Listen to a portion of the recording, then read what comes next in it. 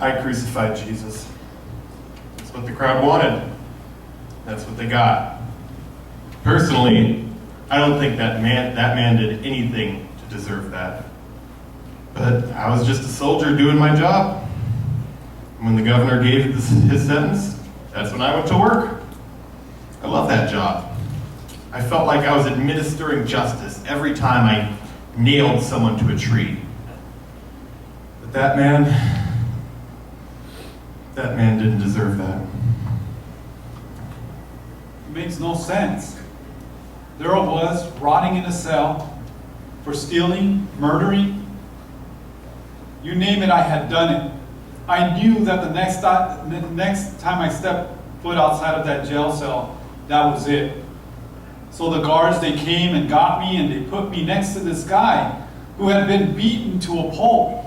And Governor Pilate started asking the crowd, "Which one of these men do you want to set free?" I mean, it was obvious. The crowd was going to say what the crowd was going to say. Let Jesus go, and then I was going to tell them where they could go. And then the crowd, they started chanting, "Barabbas? Barabbas?" I mean, there I was. They were saying my name. They were saying my name over and over again. The guards shoved me into the crowd, and they took this Jesus off to Golgotha. 1 minute, I was a man marked for death, and the next minute, I was free. Made no sense. So I followed him all the way to Golgotha. I was stationed in Golgotha that day. We had just raised a second criminal by the time they brought him to me. I'll never forget the way he looked. He had been beaten, spit on, whipped. I mean, he was practically unrecognizable as a man. Hideous. But what was left of his clothes were stripped off of him, and he was thrown down onto the cross, and then I went to work. Generally, when you crucify a man, the first hand is the most difficult. The criminal wants to get away, and he fights you. So I would have 2 soldiers hold him down. But Jesus, this guy, he didn't put up a fight. I just thought he was exhausted. I mean, as an executioner, I've been called every name in the book. I've had men yell at me, plead with me, but I wasn't prepared for that. He looked at us. He looked at me. And he said, "Father, forgive them, for they know not they do." And he forgave me. Forgive them? He said. Forgive them? Who is he? Forgive? It should have been me up there. I was the one that was supposed to be hanging on the cross. He took my place. Then I looked up, and I remembered that he took a deep breath, an agonizing breath, and he said, "It is finished." Then he died. Surely, this man was the Son of God.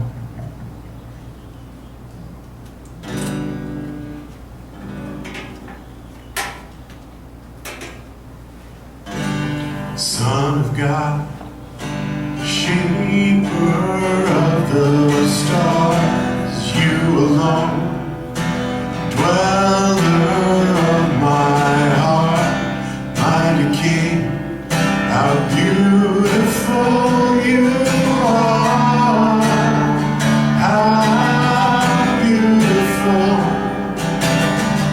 Son of God, Father's gift to us, you alone,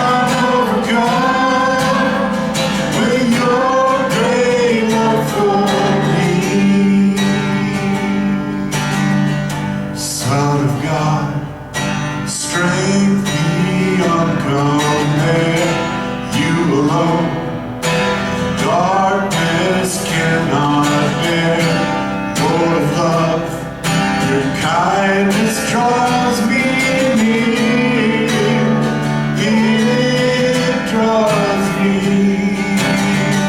Son of God, prophecy of old, you alone, Redeemer of my soul, come again, lead your people home, come lead us home. Jesus, Holy One, I sing to you, forgiven, my Savior.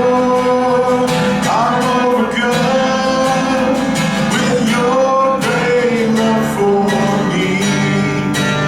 You are worthy, you are worthy, you are worthy of all my praise. You are beautiful, you are beautiful. I will lift up my hands and sing. Jesus, Holy One, I sing to you, forgiven, my Savior.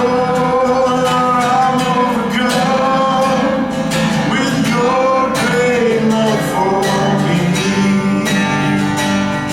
With your great love for me. With your great love for me.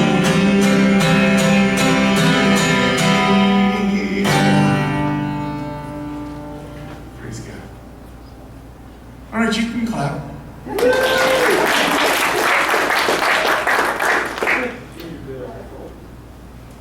He is risen. He is risen indeed. Three small words that brought the collective peace of humanity to an absolute standstill. Three words that shattered prisons. Words that shook the earth's foundations. Words that transformed the sense of utter despair into cries of pure joy and ecstasy. Echoes of history's greatest triumph still shape our reality. Even today, we're assaulted by constant distractions. Countless sources waging wars for our attention, yet three words pierce the noise. In our hunger for validation, our desperate pleas for love and attention, three words calm our anxieties. In a universe spinning at breakneck speeds, its inhabitants locked in an existential crisis, three words proclaim the purpose of our existence. He is risen.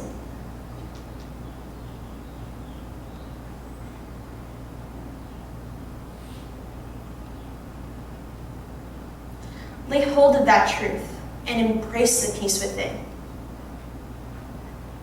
Yesterday, fear reigned in our hearts. Yesterday, we sat in crippling darkness. Yesterday, we suffered abuse and the constant accusations of this broken world. But today, our King, our healer, our defender has risen. And that reality doesn't merely accompany us on a meaningless journey. This changes everything. For you see, if he is risen, then all other pursuits become secondary. All of our failures become insignificant. All criticism and condemnation becomes irrelevant. There's only his word, his mission, and his infinite unconditional love for you. Because he is risen, we can look to tomorrow. Tomorrow, we will not define our worth through status and social media. Tomorrow, we will together build an everlasting kingdom. Tomorrow and every day after, we will dance in the radiance of a redeeming Savior who crushed death and set us free. There is nothing that Jesus cannot overcome. We know this because he lives. We know this because he is risen. He is risen, church family. He is risen.